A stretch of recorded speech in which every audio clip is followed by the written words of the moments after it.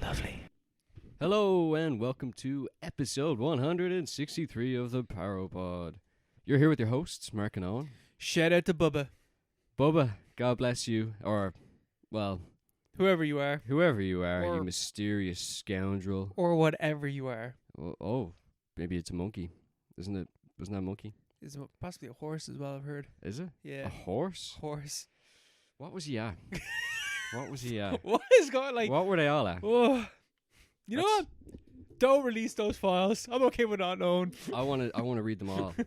There's a database for reading them. Can ask ChatGPT just to scour through and tell me the best bits. Yeah. Please search for my name in the Epstein files. I cannot tell you something. I cannot tell you some like the idea of that photo being like Vladimir Putin having that photo. For the love of all that is good and holy, never release that because I never want to fucking see that in my entire life. I don't want to see it. I want it reported. I would actually die happier not seeing that. Someone has to see it. Some brave soldier has to see it. Don't let So it be people me. have seen it if it's real.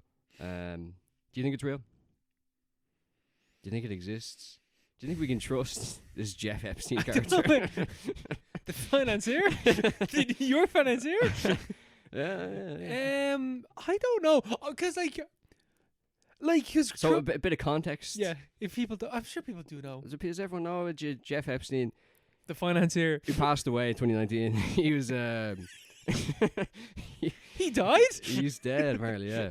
But he someone hacked into his emails, or they didn't hack it. I think he just released his emails. They're the property of his estate, which I didn't know was a thing. Like, do you own your emails after you die? Someone's got it, I guess. But like they've, I don't know, they got subpoenaed, and is it the Justice Department in the U.S. has it, but they want to release it. But they've spent the last 6 years investigating them. Like it is just his email server, and they've only now just started releasing a few of them. I think a few of them just leaked. I think it was leaked. I don't Yeah. think they were released. I think they were leaked. But there's like a vote going on right now, or there's a vote happened in the U.S. Congress where they voted to release them. With one And- person voting no. Who voted no? I think it's like an anonymous ballot, isn't it? It's- So who the no, fuck they, voted? No, they voted know no? who voted no, and he's like, he is like a staunch like Trump supporter. Oh, okay, So maybe he was like, oh no, Trump wants us to not vote this through. yeah. But Trump was like, no, vote it through, do it. Even though he spent the past like 2 weeks really like aggressively against it, yeah. railing against not releasing these. Yeah. But like apparently now he's in favor of it, but it still has to pass through. I think the upper house, Yeah. and it probably won't, or they'll redact it all the. But they've had 6 years to redact everything, so like, I feel like if they haven't redacted at this stage, they're gonna. We'll see what happens. But anyway, Yeah. there's But do an you know the other thing that Trump is doing is oh he's launching a new investigation into on Democrats that are in it, yeah. which means that it won't be released because they're not going to release something that's in an active investigation. Yeah, that's what it is, isn't it? Yeah. Yeah. So, but like, that's just like such a stupid. It's like, why? You know, how can he do that? But obviously, he can do it. But like, that's probably is a good reason why they're all able to be like, no, forget about it, Yeah. because the amount of people that are in it. But there's an email in there where Epstein refers to Trump giving Bill Clinton Well, Bubba. They say Bubba, but Yeah. they don't know who Bubba is. But allegedly. yeah. Whoever Bubba is, Trump is getting down on him. And, I actually think the word was. I think does Putin have the photo of Trump giving Bubba a blowjob? Is what the words he were. was pretty straight out. This man didn't mix his words He said or mince his words. he did not. Trump allegedly, according to Epstein, gave whoever Bubba is a blowjob. Yeah. I seen something, and I don't know if it's true or not, but I seen something that because Ghislaine Maxwell's brother came out and said that Bubba is not in reference to Bill Clinton. He didn't say. Oh yeah, it was Epstein's Mark Epstein. That's his name. He didn't say the blowjob didn't happen. Just that Bubba isn't Bill Clinton is what he said. Who the fuck is Bubba? Surely you should name him. But then apparently Ghislaine Maxwell owns a horse called Bubba. disturbing. Which apparently is in reference, which is also in reference, which is a reference to Bill Clinton, because apparently Bill Clinton is hung like a horse, which is why she named her horse Bubba. What the fuck? Yeah, oh man, this is what I don't need to know. This is way too much information. I should not know these things. I have regretted opening up TikTok every single day for the past week and a half. I'm not enjoying knowing these things. Yeah, no, it's not right. It's not right. I find it. Have you read some of the emails he sends? I've read bits of them. But it's like he's just like it's all nonsense. Like it's all like he could barely type, and he's a billionaire. Like how is it not rhetorical question? But like how did no one figure out that this guy? It's like how is he a billion? He can't even spell. But like it's like they're not mincing words in what they're saying in these emails. Open about it. They're just blatantly saying it. They're like one of the guys, like Larry Summers is like, I'm trying to groom this girl who is my student. Yeah, how can you help me out here? And Epstein is like, don't worry, I got loads of women that I've sex trafficked waiting for you back at my house. Don't worry, man. Send me the 1.5 million and I'll let you. And yeah, it's like, well, the whole thing is supposed to be so secret, but like they're just openly talking.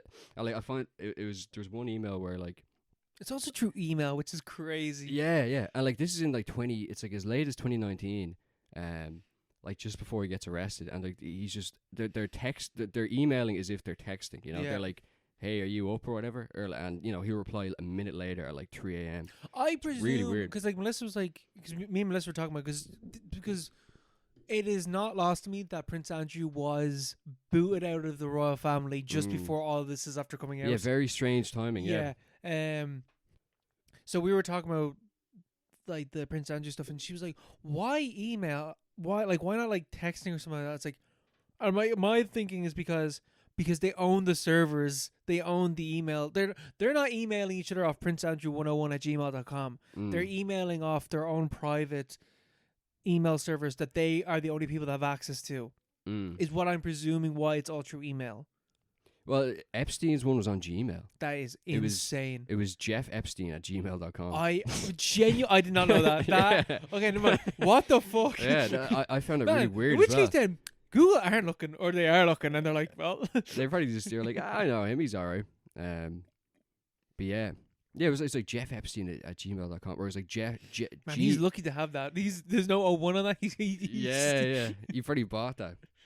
But he had another one was like jevacations@gmail.com. So like the rich people that email him asking to stay in his gaff or whatever in the Pedo Island. But like the entire time he's emailing, he talks like he has like a severe like mental disability. Like he types like he's locked 24/7. Probably was. He could have been, but like the only time the only email that I've read or that I've seen where he's he seems to gain like immediate clarity and explain things type very, very well and explain everything very clearly.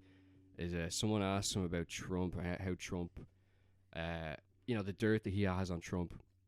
He just alludes to it vaguely, but in this massive paragraph where he talks about how Trump doesn't really have any money at all, but the whole like Trump brand is you would lease out his name, which is like very recognizable to like Russian oligarchs and like random evil rich people around the world who would purchase his name off him for like a licensing fee, and then give him $100 million to buy the Hyatt Hotel in New York, and it'd be called the Trump Hotel. And it was a way for them to wash their money, because they would essentially own the hotel, but Trump would legally own the hotel and his name be attached to it, and he get all the. And he described this all so well, like just like very to the point, like just like all on a Gmail server. It's like, this is how all this works, and that's just the tip of the iceberg. This guy's complete. I mean, he's like a spider's web. Realistically, that is what Trump is as a president. Yeah, probably. He is just a puppet. He's just a name for other people's bidding to go through. He's an idol. Yeah, he's an idol. Like I'm presuming that this, even if they don't release the files and stuff like that, surely, like you can't come back from this. But he can. I don't know. Americans don't care about anything. Seemingly not. Yeah, nothing. They won't do anything. I mean, I saw that clip. I don't know what talk show or what. I don't know how. like it wasn't like Fox or anything like that, but there was like some talk show news presenter saying, "Oh well, like they're 15, they're not 7 or 8." Yeah. I'm like, technically, that's not pedophilia. What? Shut up. like, like, like, not to say that there's a scale, but like there is a scale. Like there is a scale. Some pedos are worse, but that, like, let's not have that conversation when you're still a pedo. Like you still are a pedo. Yeah.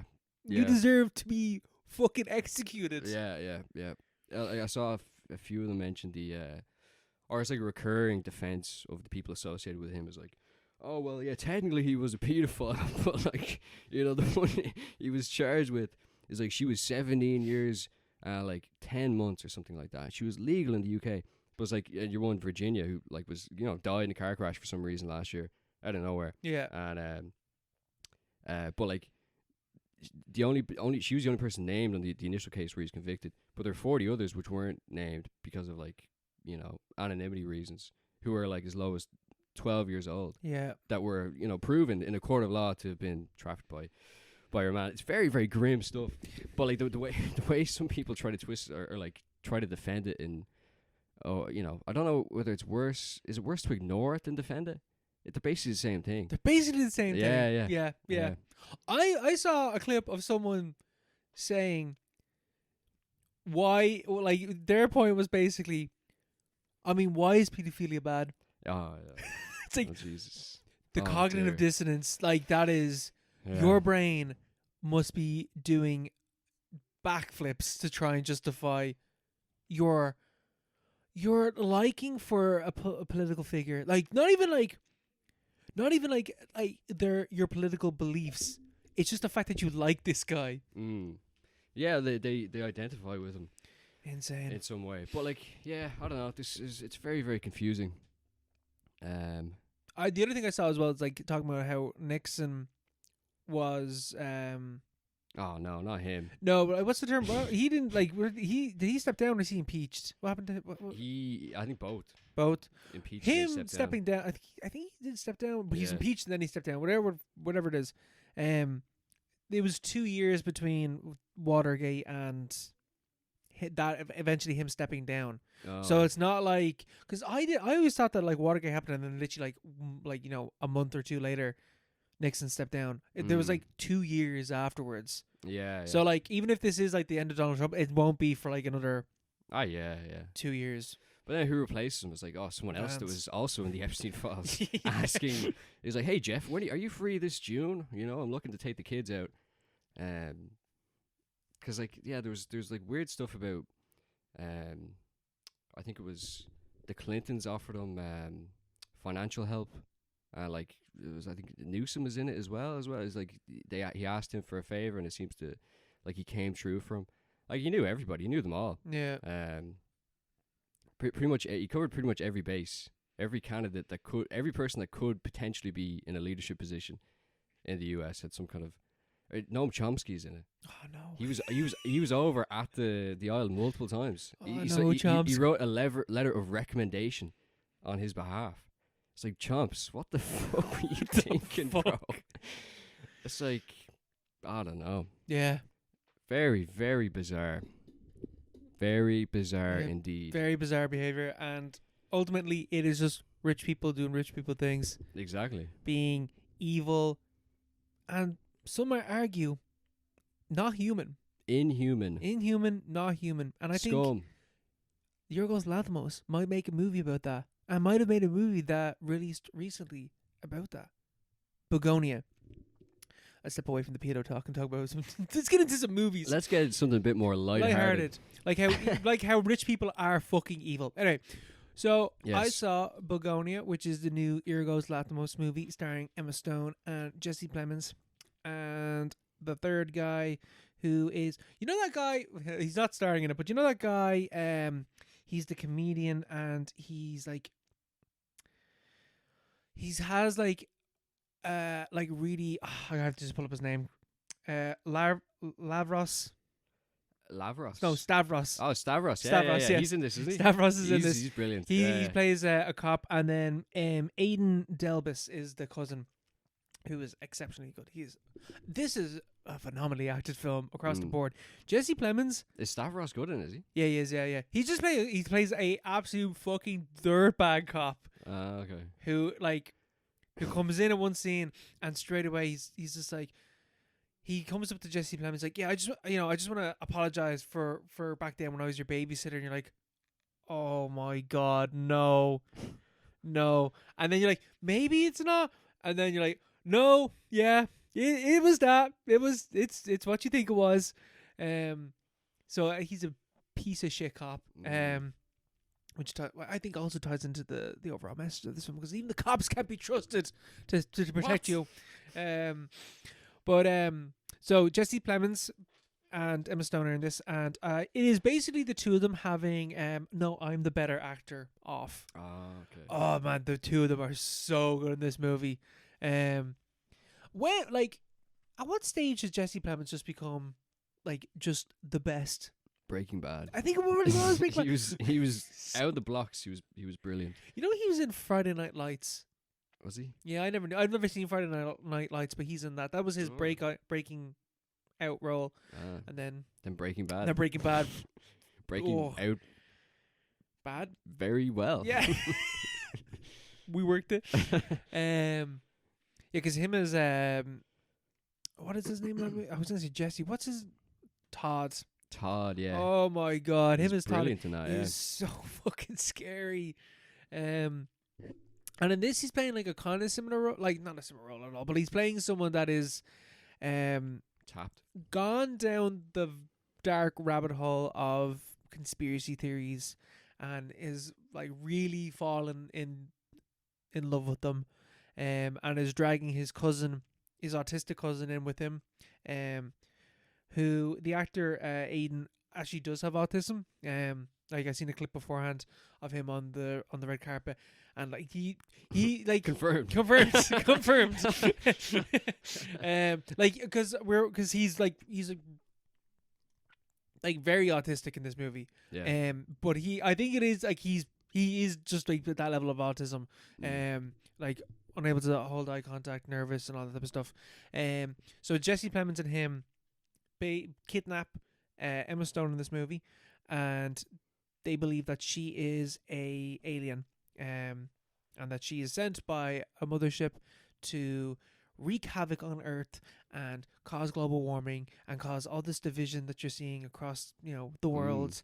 And they want her to bring them up to space so that they can negotiate basically a peace deal. Basically we'll release your alien if you fuck off and leave Earth alone. And obviously straight away you're like, nah, she's not an alien. This is, and they start they're torturing and stuff like that. This is not not proper awful torture. They're electrocuting the shit out of her. All right. It's not too bad. Not too bad. But to the level where you're this, no one should be able to survive that. So you're is she an alien? And they're nah, there's no way she's an alien. But is she? And that's basically, the movie is about how fucking evil rich people are and how little they care about anyone else and do whatever they want in the name of profit, and how also cops can't be trusted to protect you from them either.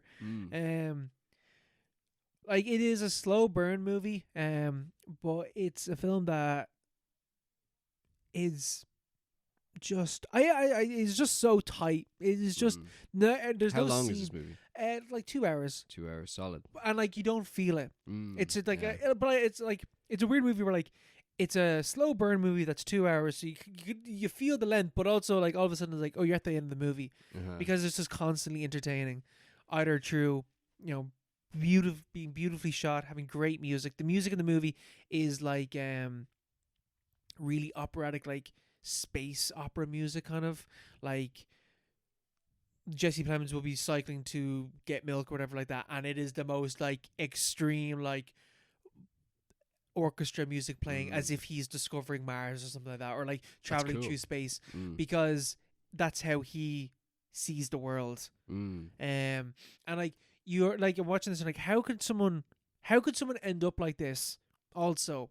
How could someone fall in love with these conspiracy theories and start to think like this? Because there's a bit where he's talking to her and he's like, I've been down all the rabbit holes. I've been, I started in an incel, then I found communism, then I was an anarchist, and then I did this. I believe in fascism or like this. I've been We've all been there. He's like, I've been down the rabbit hole and now I ended up here.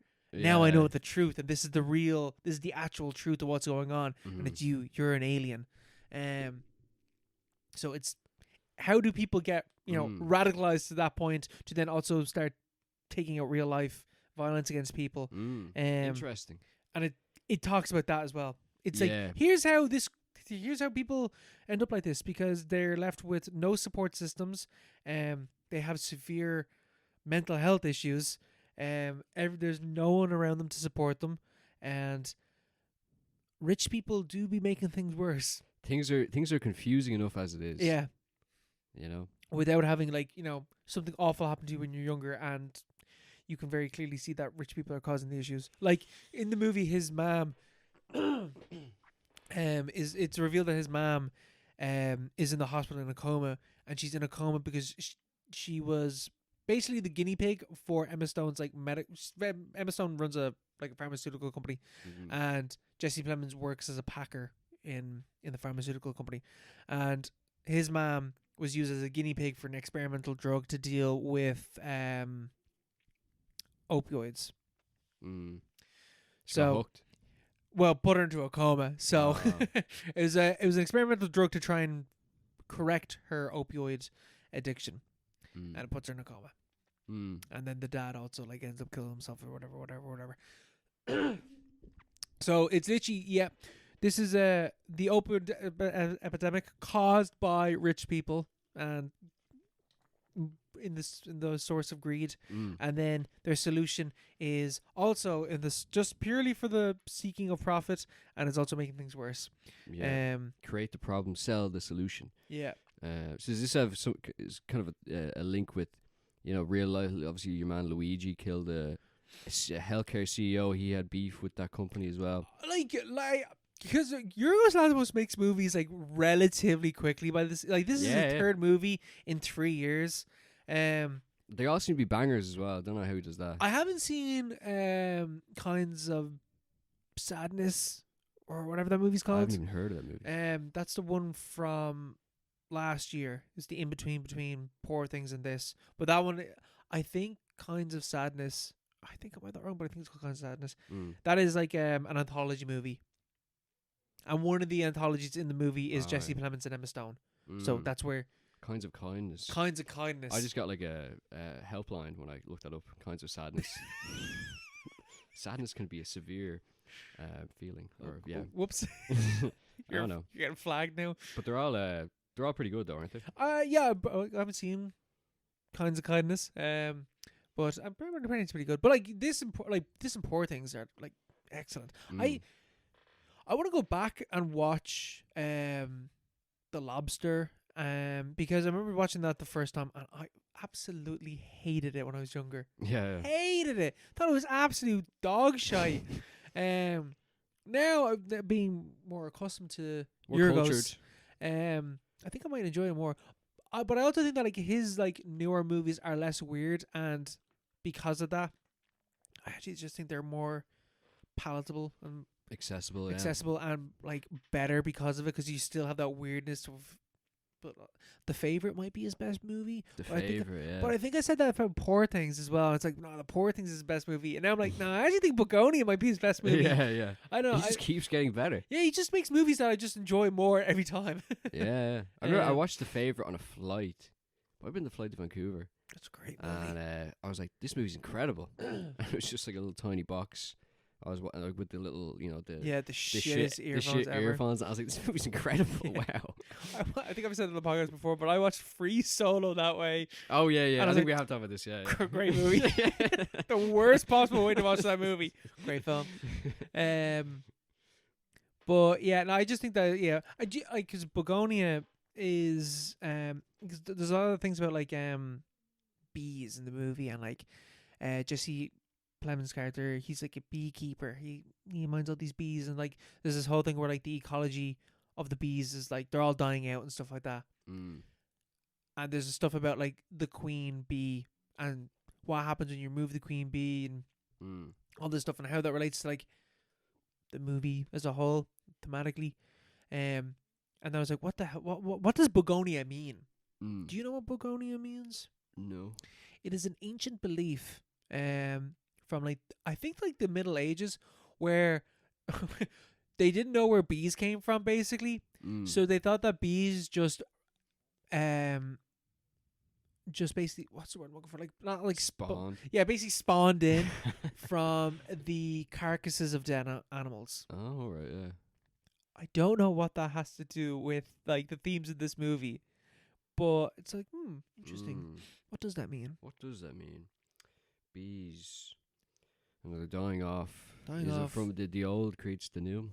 Possibly. Like, from the dead carcass of animals is where bees come from. And then this movie's about workers and stuff like that. So, I don't know. Yeah. So a lot of work ahead. Probably. But, yeah, and this movie is, like, the ending of this movie is, like, predictable. Especially because, like, oh, it's Euroghost, it's going to be weird. So, and it goes where you think it's going to go. But I just view that as the movie being like, yeah, rich people aren't human. Yeah. They are that fucking evil. Like, so I love this movie. Yeah, it sounds really cool. It's a very good movie. Sounds very interesting. I'll have to give that a go. To be I would honest. recommend. It's out a while, hasn't it? A few weeks. Yeah, I seen it 2 like weeks? 2 weeks ago at 2 this weeks. stage. But I saw it That's like soon. like relatively close to opening weekend, so it's still I'm sure it's still in the cinemas. Yeah. I'll have to keep an eye out. Maybe this weekend. But what movies? I watched. I watched The Martian. The Martian, The Martian recently. So a bit of a starring Mark Wahlberg. starring Mark Wahlberg, directed by Michael Bay, and that actually would have been a pretty cool movie. Or it's just about him just like fucking brute forcing everything. He doesn't make any contact with the rest of the world. He muscles his way out of. He holds the atmosphere inside the Have just by sheer will of force. Like Atlas, like the Greek. Yeah. There has to be a shot of him holding up the planet Earth. But I watched The Martian.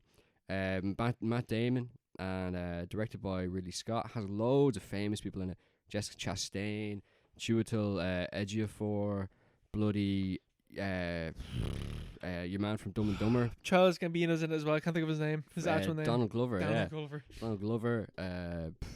Rooney Mara, or one of the Maras. Your man who played Trump in The Apprentice. It was like, this is star-studded cast. This is insane. It's an insane cast, and it's a great movie. it is a really good movie. It's about a man who's about a man called Mark Watney who's A man called Mark Wahlberg. it's actually apparently it's based on a true story. I don't know, but yeah, it's a man called Mark Watney who is an astronaut going to Mars, and he's apparently it's like a regular thing, in this film where it's whatever future scenario it's set in, and they're on Mars. Basically, there's something goes wrong, and he gets stranded on Mars, and his whole squad have to leave without him. They assume he's dead because he's been caught in a storm and he's been kind of knocked off course. They assume he's dead. They leave. Turns out he's still alive. Over the next kind of like 20 minutes, the first act of the movie, the Earth people learn that he's in fact alive. The Earth people. The people who live on Earth, you know. Because this movie is from the Martian perspective. And they learn that he's alive through like satellite imagery because his van is moving around. And or his like his rover. Just imagine like a white van. I'm imagining like the van from Breaking Bad. Yeah. But they discover he's alive, and then it's kind of the whole film is this really like hard science, hyper realist take on how that would kind of play out in terms of like managing public relations on Earth, and the whole Keeping crops alive on Mars. keeping crops, how he sustains himself on Mars, just kind of waiting around, just pure survival instinct. And then, of course, because he's stranded there and everybody knows that he's still alive, they have to send something back to get him. And it's all the logistics of that. I'm only after remembering like how he gets back onto the spaceship It's at like, the end. whoa, It's so sick. It's crazy, yeah. But like the whole thing it's based on a book by a guy called Andy Weir, which was a self-published book from like 2012 or 2011, and it's it's like I think he's like an engineer, or scientist, or something like that. And I think just the whole premise of the book is what would you do if you were stranded on Mars? Like how would you get home? If you take a hard science approach to fiction. Yeah. So it's like the whole kind of the pitch is this is like hyper realist. It's not about he gets back home with the power of love or whatever. Like it's how does he like actually get home? Like how does he solve the problems that he's faced with immediately, and then the larger problems of Earth trying to get him back. It's done very well, I think. And yeah, keeps you engaged, keeps you on the edge of your seat for many scenes, because it's like he's there knocking around, and he's obviously a genius scientist. He's been chosen to go on a mission to Mars. Like he knows what to do in terms of solving basic problems, but like obviously once he's trapped there, every waking moment he has to solve some kind of new problem or some kind of new issue, which the whole habitat isn't set up to kind of address or compensate for, because they're not assuming that someone's going to be stranded on Mars. And so it's interesting. It could be a really boring movie. It could be a really boring movie. I think that's the thing with Andy Weir, is like this, like they sound like really boring reads or movies, because it's like completely accidentally I listened to the audiobook of Project Hail Mary, which is the book that came after The Martian, or the book that came after the book that came after The Martian. I don't know which way it is. And that's like a similar thing where it's a guy in space, has an issue, and is trying to solve the issue through hard science. And like that sounds, and like the movie, they're making a movie of Project Hail Mary as well, and it's going to star Ryan Gosling. That'd be And I'm like, that's like, it's basically just one dude up in space, and that sounds really boring. But I know that it's going to have the same thing as this, where it's like problem, hard science explanation of solution, problem, hard science explanation of solution. And like how it's like MacGyvering through science how to solve these problems. I think that's a line from the book from The Martian. Yeah. I'm pretty sure. Because that's the perfect description of what it is. Like it's him just, he's in this terrible situation. He's got to find a way out through science. And it's very interesting, like how he's able to, like when he's initially stranded, it's like, how do I'm going to have to survive. First of all, I need water. There's a water recycling system that's already in the habitat. That's okay. I'm going to have water. I need food. I don't have enough food. Well, there's only a limited supply or whatever, or like something was fucked up and all the food supplies are gone or something. So he has to start growing potatoes. I think they're already seeing if they could grow anything at all in the soil already. But he has to fucking supercharge all that stuff. He's going to choose potatoes because it's the highest concentration of carbohydrates and like calories per pound or whatever. As the Irish, we know this. Yeah, as we know. I think he mentions that in the movie as well. It's something about the famine. He does say something about it. And and how he's able to create kind of rain within the kind of, it's not even rain. It's just like create like a really humid atmosphere within the little mini farm that he has going as well. He's able to produce oxygen and water through like this weird combination of like, he like sets metals on fire and it produces hydrogen and fucking nitrogen and whatever and all this oxygen, and it creates water somehow. I was like, what the hell is that?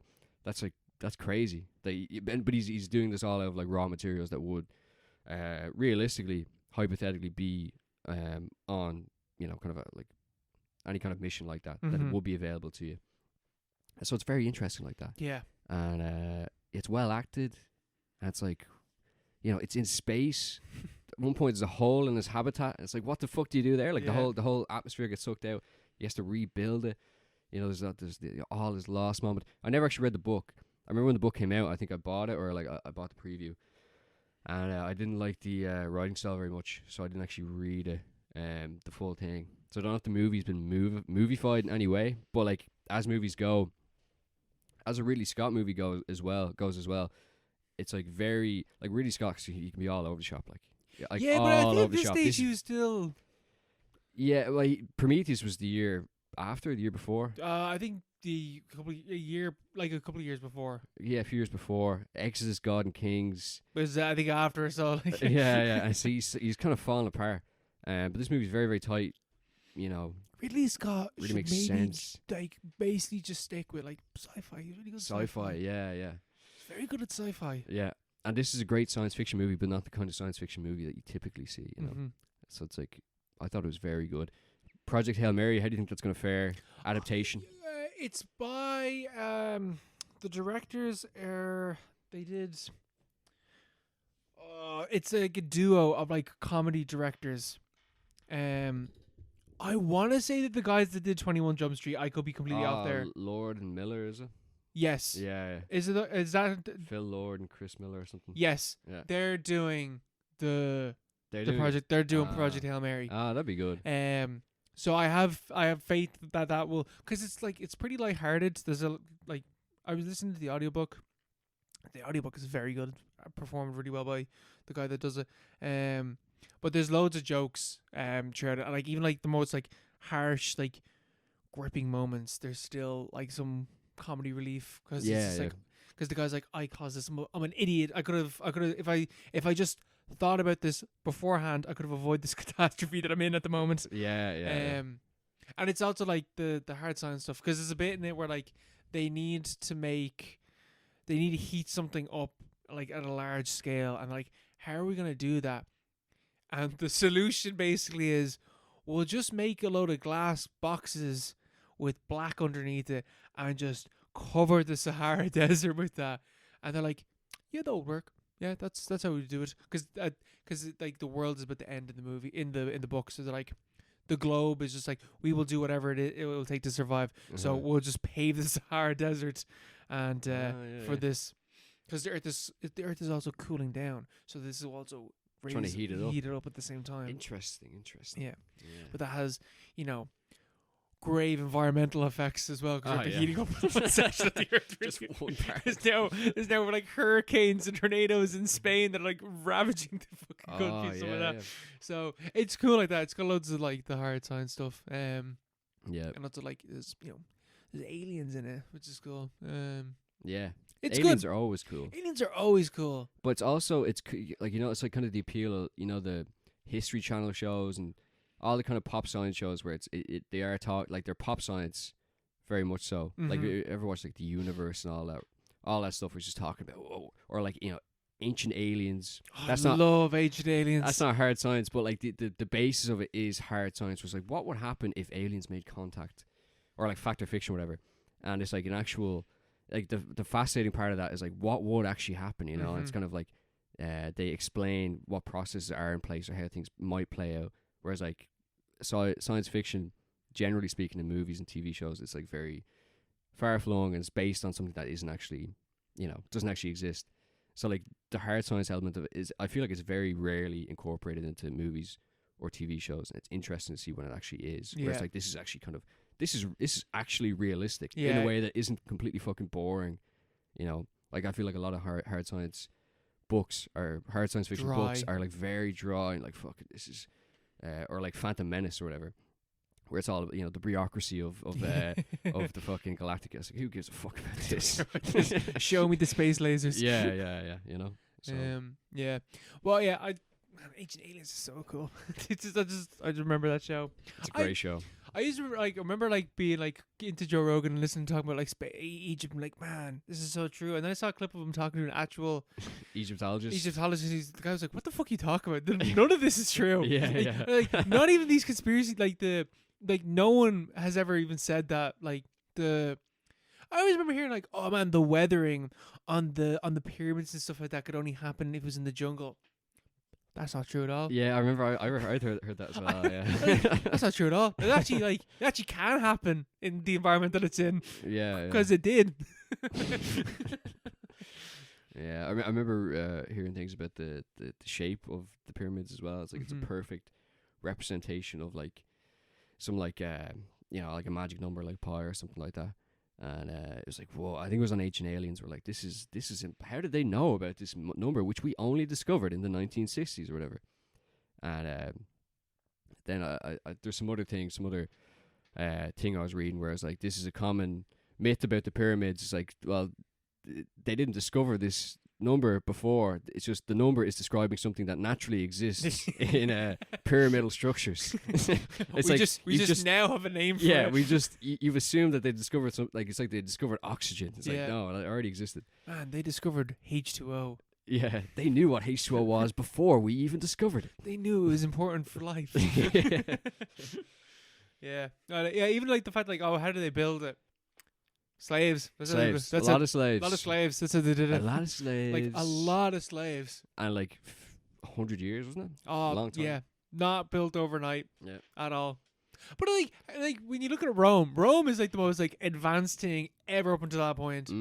No one ever asks how they did that. How did they build a Colosseum? How do they build how do they make like all these like like how do they make like plumbing? How do they do that? They must have had aliens. Yeah. Nah, they just figured it out. Slaves. Yeah, slaves. That's how they did it. The answer is slaves. Yeah. Any advanced like acceleration in technology or civilization, how did they do it? Slaves. Slavery. That's how they did it. That's what happened. I remember seeing this like clip of I can't remember who it was, but it was like someone being like how I'm gonna completely butcher this, but it was someone being like, if we were get rid of all the all the illegal aliens in America, all these jobs used to be done by someone who were these jobs done by, and it was just a clip of like this black guy just like leaning in, staring at the camera, and then just moving back. They were done by slaves. They were done by slaves. Yeah, that's and then you got rid of slavery. So then you just got a bunch of poor people to do the jobs. Yeah, you got the poors to do it instead. And got poors from other countries to come in and do it. Yeah. Oh, yeah. It's slaves all the way down. Mad, yeah. Anyway, just stop segue here. Two movies. I was like, yeah, no, there's no segue. There's no segue into slavery. So let's just talk about sharks. Mark, have you sharks? I'll jump into sharks. Deep Blue Sea. Ever heard of Deep Blue Sea? I've never seen it, but I've seen it. It actually, I would recommend. I've never watched it, but I've seen it. You've seen it, yeah. I think it's worth watching. I think it's a grand one. This was kind of like on repeat in my house, at my granddad's house when I was like, like 7 or 8. Oh, beautiful. Because it's kind of like it was a scary, serious movie that that we were allowed to watch because it was on video, and we watched this like so many times. It was great. Why is there? Is it a big shark or is it a normal shark or is there just loads of sharks? There's just loads of sharks. Okay, there's one there's one particular evil shark. I'm pretty sure. But like, so the whole thing is they're on this like offshore. For some reason, it's fucking miles offshore. It's really far out, so no one can come to save them. They're on this like offshore rig, and it's like fucking Point Nemo or some shit like that. Yeah, it's Point Nemo, and it's like in the middle of the ocean, and it for some reason, and they're studying sharks, and it's a scientific installation or whatever. It's a hard scientific explanation for everything that happens in this movie, but they're studying sharks, but they're not really studying sharks. They're studying it's kind of like Rise of the Planet of the Apes. It's like the whole point of that the start of the movie is they're looking into a cure for Alzheimer's disease, and James Franco discovers this amazing cure, and he injects it into the monkeys, and it all goes wrong, and monkeys get really smart, and they take over the world. That's basically what happens in this movie. Is they're looking for a cure to Alzheimer's. And to do that, they're using sharks as, for some reason they're using sharks as so why would they use sharks? I don't know. It's like they're nothing like us at all. But something about they're not even like the most intelligent like fish or anything like that. Like yeah, there's no pros. But they're using sharks as kind of their test subjects to see if they can regenerate neurons in their brains. And so like sharks, so they'd be out in the middle of the fucking ocean. And they had to go really far into the ocean to do this for some reason, just in case they escape. And but like, this is the stupidest premise to a film ever. There's a problem though, because sharks have very small brains, which is like surely should disqualify them from being test subjects. Would you not use a dolphin or something? Yeah. But they have very, very small brains. So what they do to the sharks is they genetically engineer the sharks to have very large brains. What? And then they inject them with this experimental drug, which makes them super intelligent. And obviously, what happens is, the movie has Samuel L. Jackson in it, LL Cool J. Oh. Fucking. Your one from Sopranos. She gets with she's Tony's sister. What's her name? Yeah, I know you're talking about. Janice. Yeah. She's in it. Tom Jane is in it. He's the hero. And there's loads. Your man Michael Rappaport, he's also in it. There's loads of people in this movie, and they're all kind of stationed on this science installation. And like Stellan Skarsgård is in it, the old fella. He's also in it. And they're all stationed on this installation, and things obviously go wrong because the sharks they become super intelligent because of the things that they're doing to them. Totoro is her name. Yeah, Totoro. Is she? No. She's not John Totoro, related to John Totoro, is she? She could be, yeah. Sorry, go on. But things go tits up because, something weird happens. Basically, there's a massive storm has blown in, and because of this, they're kind of stranded. And they have to like hunker down. She's his cousin. His cousin. There we go. But like they have to hunker down in kind of the basement of their like science laboratory. So this is like way below sea level. It's like where the sharks hang out, and where they can kind of like nab them and like kind of look at how their brains are developing. And they're all down here during the storm. They're all standing around like very close to the edge of like the pool where the sharks kind of come out. And one of the sharks jumps out and like nabs Stellan Skarsgård and like rips his arm off. And he goes like kind of it's a really like whoa, like a really like shocking scene. And because they show him like just like wriggling around on the ground, soaking wet with his arm just gone, and he's like what's left of it just like kind of hanging off. And it's like really shocking, like oh my god. But they can't get a medevac because there's a storm. So like they have to wait a while, and then eventually a helicopter comes in, picks them up, and they go to fly off. It's in the middle of the storm though, and they can't pick him up into helicopters. So they put him on a stretcher, and the helicopter drops the thing down like a hook, and they fly off with him like kind of hanging tantalizingly over the ocean in the middle of the storm. Obviously, a shark jumps up and grabs him, and then takes the helicopter down with it because it's so strong. Damn! And these are some smart, strong sharks. They're for some reason, they're extremely strong, and they're obviously super intelligent. And then there's this shocking scene where the shark is kind of, it's clear that it's toying with its prey essentially because like a cat. It has Stellan Skarsgård in its mouth, and it like starts ramming, kind of the deck of the place that they're kind of, the underground area that they're all kind of like hiding away in, and it breaks through the glass, and that's kind of like, this is the movie's, everything's going to shit, and the whole fucking installation's falling apart. And the rest of the movie is basically about everyone's getting slowly picked off one by one by the super intelligent sharks. And thinking about it, I'm not sure if there's more than one super intelligent shark, because there is kind of one main shark that's like super it's evil. Like the leader that's telling them what to do. It's kind of the leader, yeah. But like there's the shark is in too many places for there to be just one. But yeah, the rest of the movie is basically about them getting picked it's off. multiple. I'm reading, but there's an unexpected side effect. The sharks got smarter. So there's multiple sharks that are smart. The sharks, yeah, multiple sharks. The entire time they're all held in by this like netting, so like they can't actually leave this area that they're in, like the immediate vicinity. Like all the people on board the installation are slowly getting picked off, and they're trying to. It's kind of like a Poseidon situation, reverse Poseidon situation, where they're right way up. This is the second time you've watched an underwater movie. Underwater fun.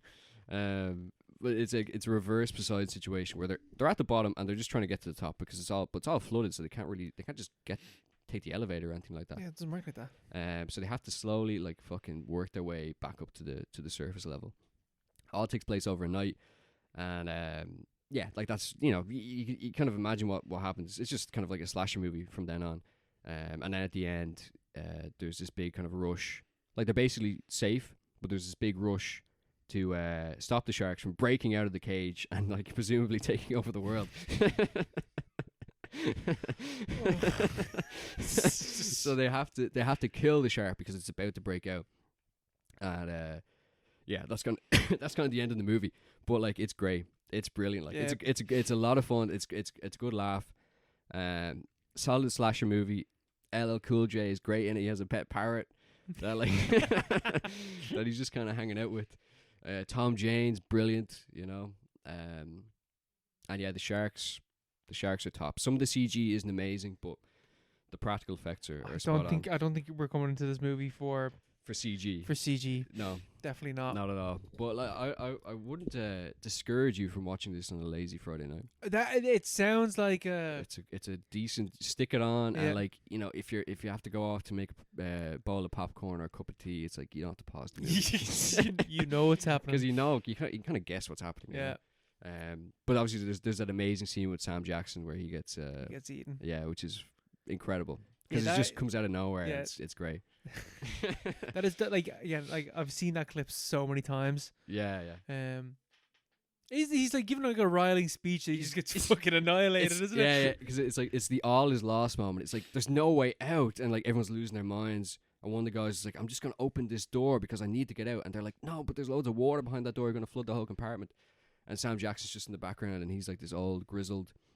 He's the CEO of this like company that's doing the research, and he's like, you know, so I was trapped on a mountain for 2 weeks with 3 other men. I don't know when we lost our will to live, but it was sometime between the second and third person, dying or whatever. He's given this kind of like, And I hate them. yeah, he's literally like, yeah, we ate each other, and it was like, you know, we need to stop doing that here. We can't let this escalate. So we're not gonna fight anymore. And the whole, you're expecting this is like when he's gonna lift them up and lead them to the top. And then a shark jumps out and like just eats him in like one gulp. It's very well timed. Very It's well like timed. the anytime that happens in a movie, it reminds me of Kong Skull Island, where the guy's like, "Come on, motherfucker," and it just goes shit, just like whips him into the side of the earth. Yeah. Your sacrifice means nothing. yeah. It's good. It's a good one. It is a good one. We go for a quick break. Yes. And now for our recommended movie of the week. Our recommended movie for this week, we didn't actually mention at the start of the episode. It's Troll 2. We got too caught up on Trump sucking. We're talking Clinton's about dick. pedophiles.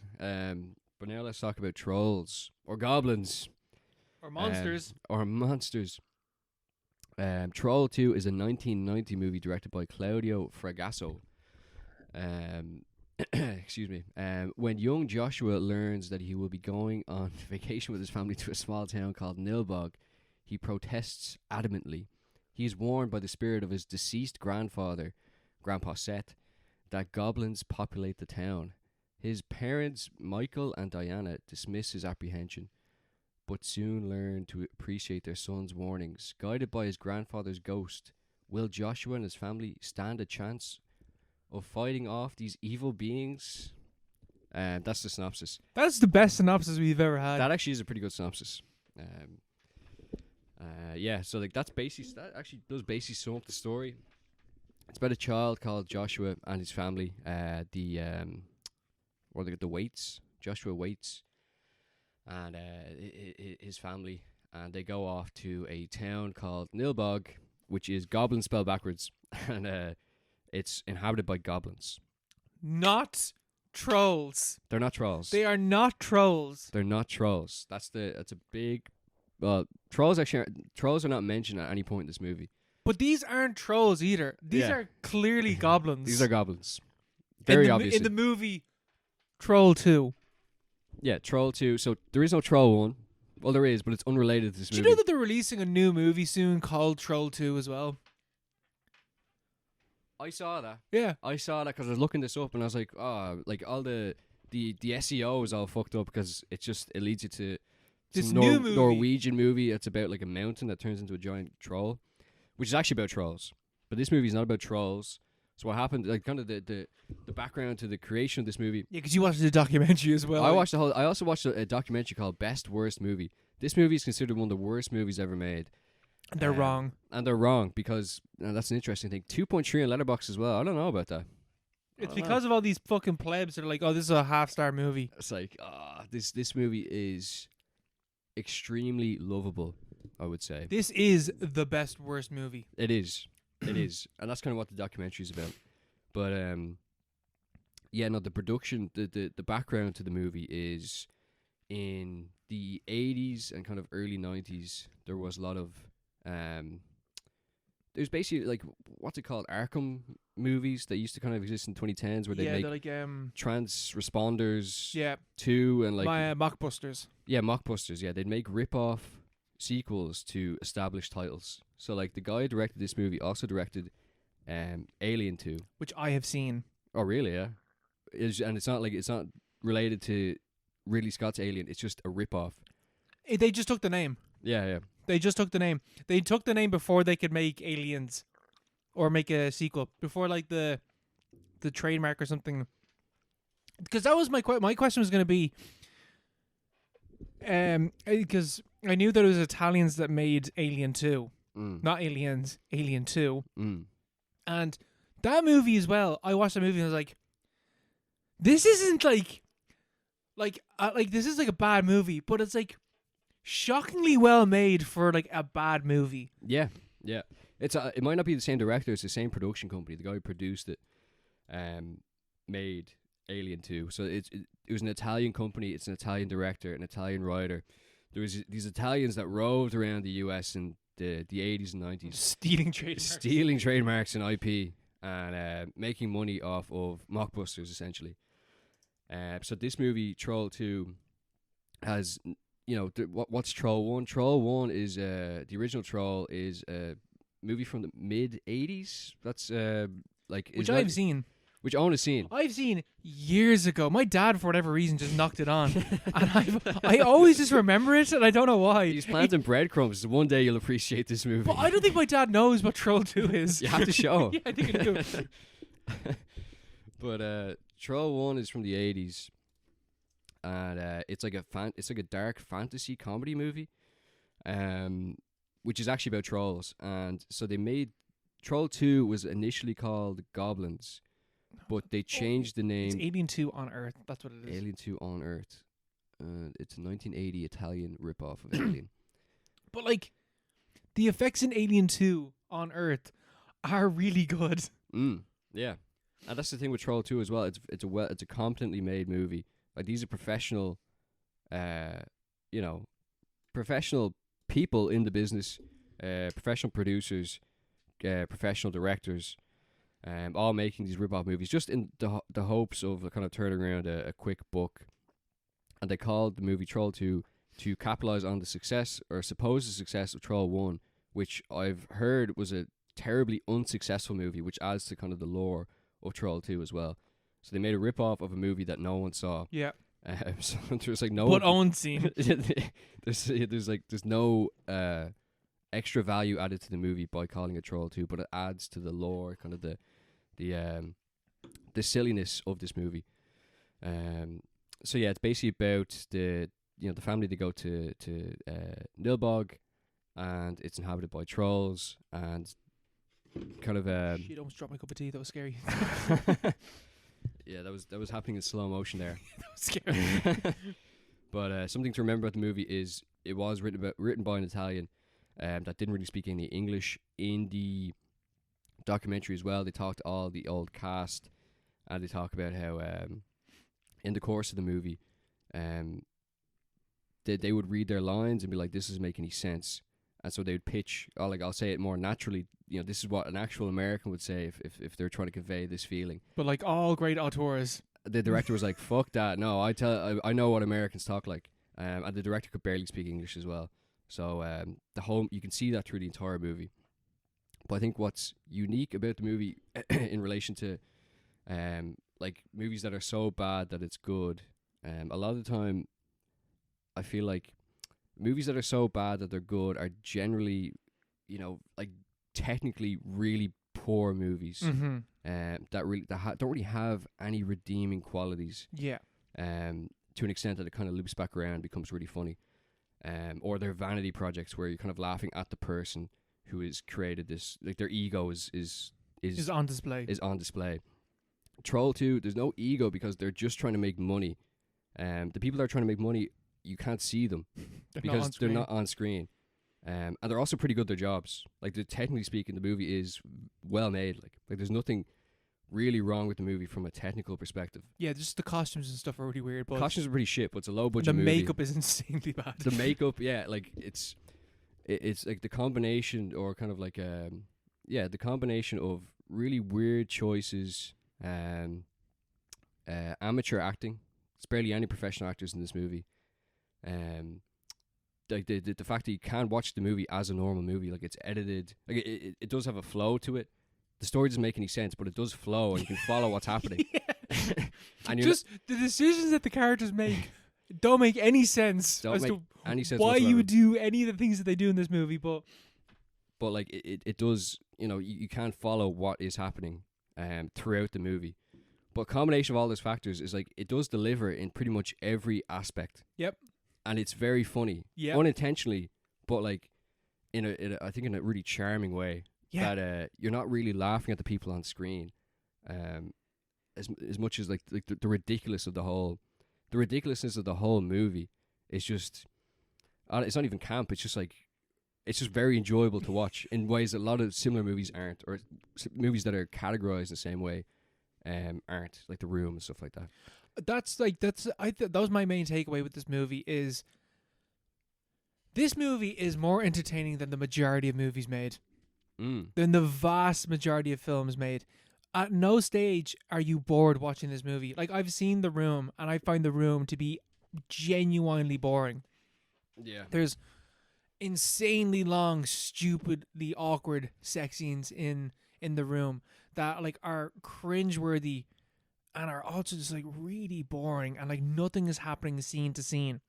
So much happens in this movie. Yeah. So much happens in this film. And all of it is delivered in the most bizarre way. Like, just the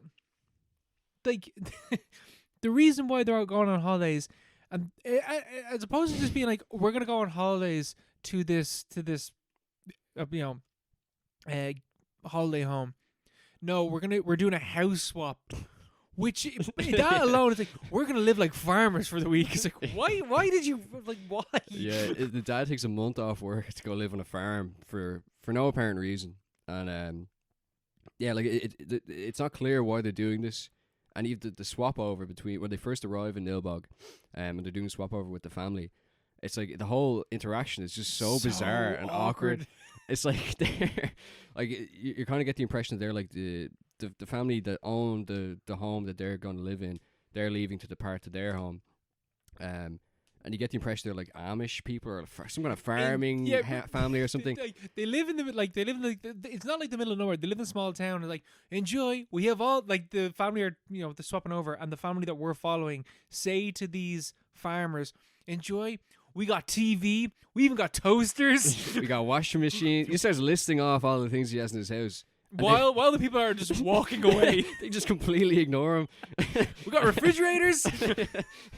And it just comes off as like it's a deliberate choice to do that, And like, but it's not like it's poorly kind of communicated what's happening. It's like the miscommunication in terms of what they put on the page in the script, and like what's being shown. Like, it looks like the family are just really rude and ignoring him.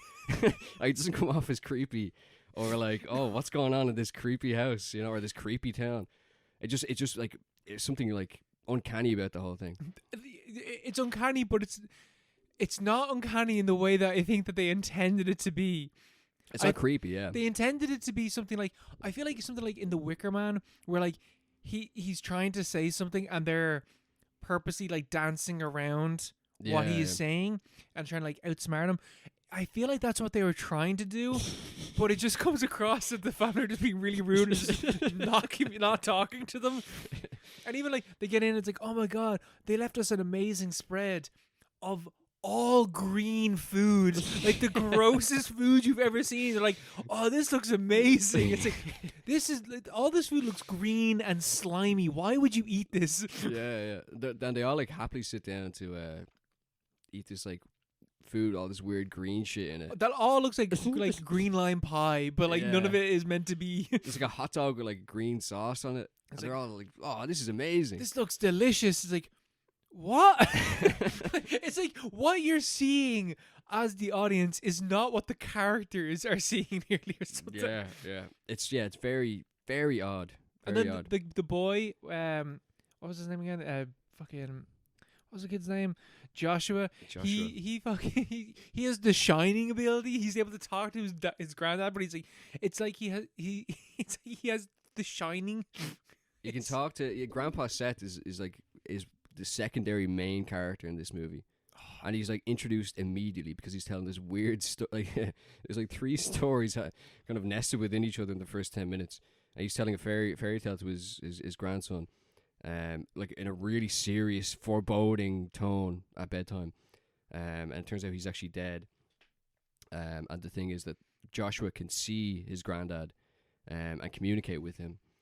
And the parents are aware of this and think, he's just having some kind of, I don't know, psychological episode, and he's a therapist and stuff like that.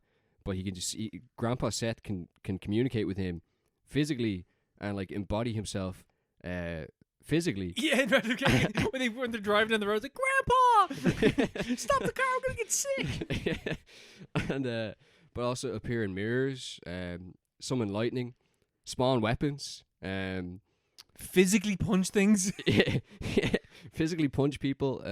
He creates a Molotov cocktail at one point and gives it to Joshua. Like, use this. It's like, what the fuck is going on?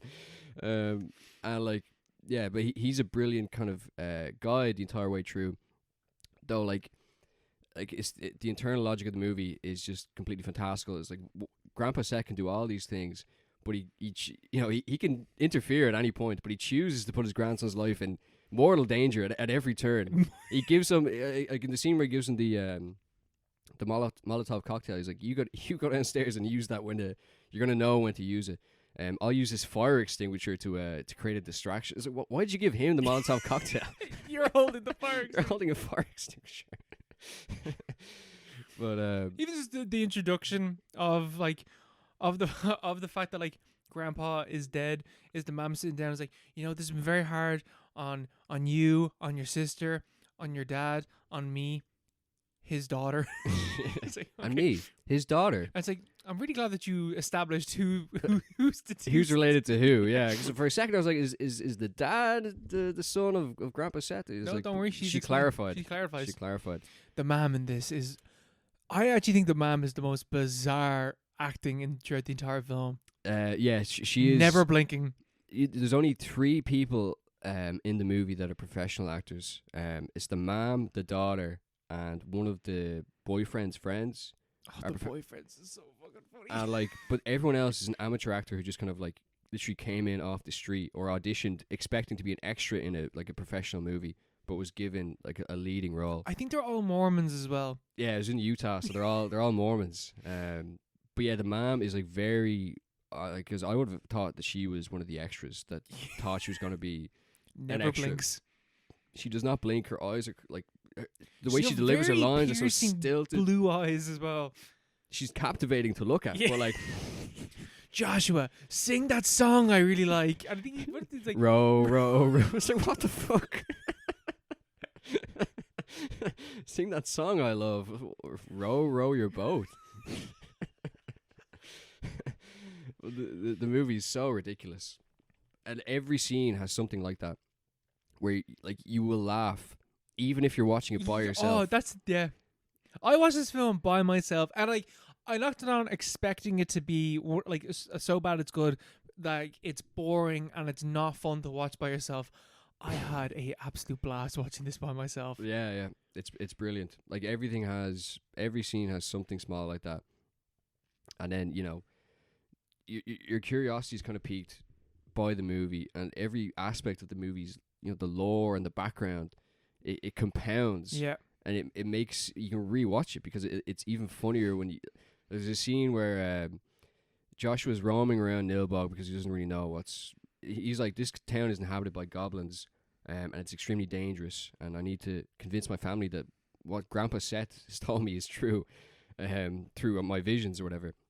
So he decides to roam around Nilbog on his own. He's wandering into like random shops. Oh no, I think it's the one where it's the boyfriend's friend There's so many characters in this movie. Yeah, but like the boyfriend's friends are only introduced to be killed off at various points. And he's off running to go get milk because they're out of milk in this camper van that they're living in. Oh, the bit with the cop as well. And he's picked up by a cop, and the cop gives him like a green burger, and he's like, and never at any point does anyone in the movie question why all the food is green. They just like, they kind of go along with it. And the interaction with the cop is so stilted and bizarre as well. At one point he's like, "Are there any girls in this town?" And the cop, like, the door's open. The cop just like drives off laughing. He's like, "Girls?" I remember when I first watched it years ago. I was crying laughing at that scene because watching in a group setting, it's something that has to be experienced as well. This is key. I think a key kind of milestone for the watching of Troll 2 is sharing those little sequences with other people. But once he gets out of the car, he goes to like the local shop and he walks into the shop, and the shopkeeper comes out, and it's like this really creepy guy who kind of looks like a troll, and he's wearing this straw hat, and it's like kind of a deliverance kind of setup, and he asks for the boy asks for a coffee, and he's like, "Coffee? That's the devil's drink." And he's got this like mad look in his eyes, like he looks really menacing, and the scene is quite well shot as well. It's set up as if this guy is a really serious character, and something bad is about to happen. But like, if you read into the background of the movie, the guy in that shop wasn't written to be a menacing character, and that whole sequence wasn't written to be kind of as creepy as it is or scary. The shopkeeper was a mental patient, or a patient in the local mental hospital, who was let out on a day pass. And he went into an audition and was kind of given a role as an extra, and then he was upgraded to a speaking role. And he's interviewed in the documentary about the film, which is made in, I think, 2010-ish. And he's like, when I watch back the movie, he's like, I find it very difficult to watch Troll 2, not because it's bad, but he's like, because I was in a really dark place. It's like, he's like, I thought I was acting completely normally in those scenes. So when you look back at it again, it's just like, what the fuck is going on with this movie? Why was he giving a speaking role? And every other scene he's in is like, he clearly has no idea what's really going on. No, he is off on another planet. He was talking in the movie about how he had like, he wanted to attack Joshua because he found him really annoying when he was on set. That kid is so annoying. Yeah, he was like, I just wanted to hit him. I was in a really bad place. It's like, what the fuck is he doing on set? But like, yeah, there's so many scenes. What's your favorite scene from Troll 2? I think my favorite scene is the car scene. I think it's my favorite scene. With the family in the car. The family in the scene. I like just that whole sequence, because like Joshua falls asleep and like he has a dream where I at one stage was like, I don't even know if this is a dream at the start, where the dad like turns around, like the camera is so close to the dad as he turns around. I was like, this is a really weird shot. Yeah. And then when you realize it's a dream, you're like, okay, that is actually an effective way to convey a dream. As you said, like it is a completely made movie. Yeah. Outside of any form of acting, or outside of the script acting, or like just the general plot line of what is going on. This is a good, like, I'm not gonna say it's a good looking movie. It's a colorful looking movie. Yeah. I like he has the dream, and he's like, he starts like, so the thing about that the goblins do is that they make you eat food, and then you turn into plants, and then they eat you. Is kind of what happens. So Joshua has his dream, and he wakes up. Like in the dream, he starts like sprouting all these, like his fingers start like sprouting branches, and it's like genuinely like body horror. And he starts like screaming for ages with like oozing green shit going down his face, and I'm just watching like, that kid genuinely has this weird green goop going through his face, and like it's in his mouth, and I'm just distracted by the fact that this kid actually has this in his face. Yeah. Either that, or just anything involving the daughter and her boyfriend and the boys, like the lads, because like the daughter's just like, it's either me or your boys, and he's like, what, you're gonna make me the boys, you're gonna make me pick between the boys. It's like after he's broken into her room at night, and immediately comes on to her, and the boys are watching from the window. Go get him. What do you mean? They're all right. And they're like, what's wrong with us? Yeah, and then they all sleep in the same bed as well. It's really weird. Oh, it's so beautiful. In their camper van, because he follows the family out to Nilbog. Rather than going with them, Yeah, he gets his mates to drive them out. and they have a lads' holiday, which goes awry. terribly wrong. Oh, Yeah, I love the scene as well where the one with the glasses is like out stretching or whatever outside the and she becomes really, really hot. Yeah. It's like one of the boyfriend's friends is out, like he's outside the camper van, he's like stretching or something, and he sees a random woman running through the woods, and she decides to chase after her for some reason. and he immediately starts to try to come onto her. Yeah, he immediately comes onto her, and then they're attacked by goblins, and he's like playing it cool. Like he doesn't really react to the fact that they're goblins. He's like, "This is not how you treat a woman."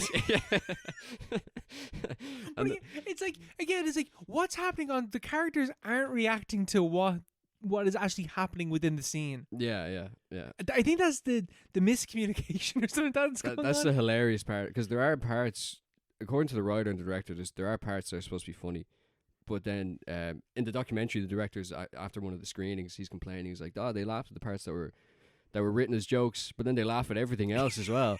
I was like, I don't know what the audience want from this. Do you know where like the idea for this film came from? No. So apparently it had something to do with the director or the writer. Someone's wife got really pissed off because this is meant to be a satire on vegetarianism. Oh yeah, I think. And it was something like someone's wife got really, really, really angry at the fact that all of her friends were becoming vegetarians. So they wrote a script that was a satire on vegetarianism. It's a deep cutting satire. Yeah. You have to. The subtext is there. Like how Texas Chainsaw Massacre is a critique of the meat industry. This is a critique of the vegan and vegetarian industry. Yeah, big vegan, big vegetable. Yeah, like I'm more so thinking of the bit where like the one with the glasses shows up and she has like a piece of corn and it's like, well, I prefer popcorn. She's like, well, let's make it hot, and then like popcorn just starts to start eating the corn and the cob together, and it starts turning into popcorn, and then it cuts back later on and the guy's just covered in popcorn. He's like, okay, I've had enough. Yeah. And it's like, it's not revealed what happens to him. Like, No. I think he survives. I'm pretty sure he survived. Yeah. Yeah. That was a really weird scene. I actually don't even think that, because we were saying this before, that like the iconic bit from this film is, oh my god, they're eating her, and then they're gonna eat me. Oh my god! Yeah. Like that isn't even the best bit in the movie. That's well down the rankings for me. In the top 20 of this movie, this is the low or high teens. Like this is like number 18 or number 19 on that list. It's not the best. Like it's a solid. Like that's more. So bad it's good. Like that's like it's like, what the hell was he thinking with memeable. It's memeable. It's that line delivery. Every other scene, it's like the whole mise en scène. Yeah. It's like everything about this is funny, but like it's not. It's like everything about it, but it's like it's still easy to watch. Except for the end, when they started going like, oh, it's got to do with Stonehenge. Like, wait, what? I don't know what happens at the end. That made me think of fucking Halloween 3, where it just like cuts to like, oh, it's about like, you know, Celtic, you know, evilness, or, you know, turns into like folk stuff or whatever. This movie is just like, no, it's the power of Stonehenge, and they have one of the stones from Stonehenge. We need to beat the shit out of this stone to to defeat the goblins. Yeah, the ending doesn't really make a lot of sense. Yeah. It's also, the ending is also so dark. The actual ending, like the mom, she got eaten by goblins, and Joshua comes down and finds her eaten by goblins, and he's like, oh my god, my mom! And he screams, and like that's it. Yeah, it's pretty dark. It is really dark. The goblins win at the end. What's your favorite scene in this movie? It's definitely after when they sit down at dinner, when they first get there, and they have all the green shits on their food. They're happy tucking into it. And Grandpa Seth appears out of nowhere, and he clicks his fingers, and he can do many things. Oh my god, I forgot about this. And he can freeze time, and so he freezes time. He's like, Joshua. He's like, Joshua. And he appears in the window, and he's like, Joshua, you need to stop your family from eating that green shit, because it's going to turn them into goblins. As like, the goblins are, you know, they're cutting to the chase. They're like, let's just turn them into goblins straight away. Yeah, let's end this turn movie them into right plants now. or whatever. And so like, to stop them from eating the food, he gets up on the table and like he's like, oh yeah, I'll stop them from eating the food. So he gets up on the table and pisses all over the food. And it's like, what the fuck? Why did he do that? He's like, you have 15 seconds to figure out what to do here. It's like, I feel like 15 seconds. And it's such a bizarre, like the scene. It's like everything with the movie. The scene isn't like jarring. It's jarring in terms of like the creative decision to make him do that. And like, why did he piss on the food? How are we gonna stop them eating food? Piss. Yeah, like he's gonna piss all over the dinner. Apparently, it was rewritten on the day. Initially, Joshua was supposed to get up on the table and pretend to be possessed, and to create a distraction. But the director was like, he read the script. He was like, "Oh, possession, fucking boring bullshit. We'll go with you piss on food." And like your man, the kid was like, "I don't really want to." He was like, "Oh, don't worry. You just pull your zipper down and then we'll cut." And that's what happens. Like, you know, then it cuts to his dad pulling up the stairs, carrying him over his shoulder, and he's talking about hospitality. He's like pointing at all the doors with their names on it. See what this is? Hospitality. You can't piss on hospitality. And he throws him into his bed.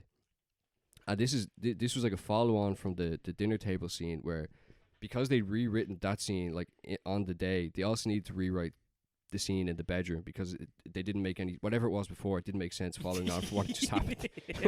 So he throws him into the bed and starts unbuckling his belt. It's like really weird. It's like, what the fuck is going to happen here? And he's like, and he's like, oh, what are you gonna do? And he's like, what are you gonna do to me? It's like, what the hell is happening in this scene? What are you gonna do to me, Dad? Yeah, it's so weird. And he's like, I'm tightening my belt by one notch so I don't get hunger pains. So what the fuck? Well, you're taking off the belts. Yeah. And he's like, he tightens his belt, and he starts talking about it's like, oh, just because you didn't want to stay in this holiday home doesn't mean you have to go on hunger strike. And then he challenges his son to a hunger strike. He's like, oh, I could do it better. I actually had hunger pains when I was younger, and I can outlast you. Yeah. And he challenges him to a hunger strike for like his own son. And then the very next scene is the dad coming down, and he's like, when's breakfast? Coming down in the morning. I love the bit where they cut later on, and it's like, I've been fasting for 2 days. Like, why is everyone else not eating? why aren't you making your own food? Yeah, no, that's definitely my favorite scene. Yeah, that is. Or even like the granddad, like he's a ghost. You know, you think he's gonna be like somewhat omnipresent. You know, omnipotent. What's the word I'm looking for? Like all knowing. He's omnipotent. Yeah. Omnipotent. That's the word I'm looking for. But he appears to the daughter and scares the shit out of her. By accident, yeah. By accident. And she runs down and is like, no, Josh was right. Granddad is here. And it's like, no, stop this. And then Joshua talks to Grandpa Seth. And Grandpa, he's like, what are you doing, Grandpa? You scared my sister. And he's like, oh, I'm sorry. I don't know the layout of this house. I meant to come to you, but I got lost in the hallway. What? I got lost. It's like, you can summon lightning and like travel around and possess human forms.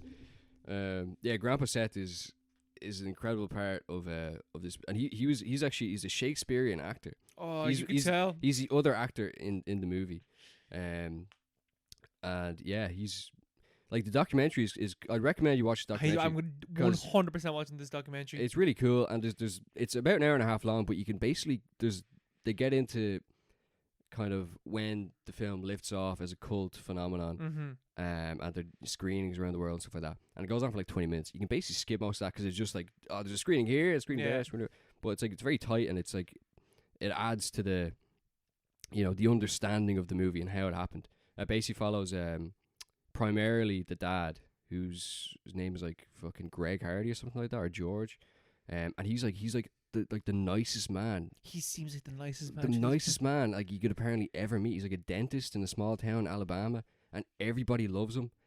And he's like, he'd always wanted to be an actor, but he became a dentist because it was the easiest thing to do. But he always wanted to be on stage. He wanted to kind of be, you know, to make people laugh and stuff like that.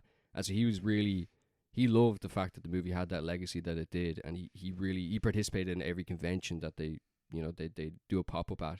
Or he'd go to all the screenings that they were doing in like New York and LA, and like repeat the lines, but not like a cringe way. It was like, he just seems like a really nice, genuine guy. Yeah, and they had Grandpa Seth, and he lives in he lived. I think he died like a few years ago, but he lived in some town in. He lived nearby in Utah, but like his whole thing was he was like an actor, like a professional actor, but he lived in like this kind of like rundown home, in the town where he was born, and he was like, I always wanted to be an actor, but I never wanted to leave my hometown, and like you'll never make money doing that. And it's really sad because he's no family. And he's just sitting there. And he's got like this like huge library of books and like DVDs and VHS and all this. He just sits at home watching Family Guy all day. But he's like a big film buff, big like kind of like artsy guy. Loves acting, but just didn't want to move to LA to make money doing it.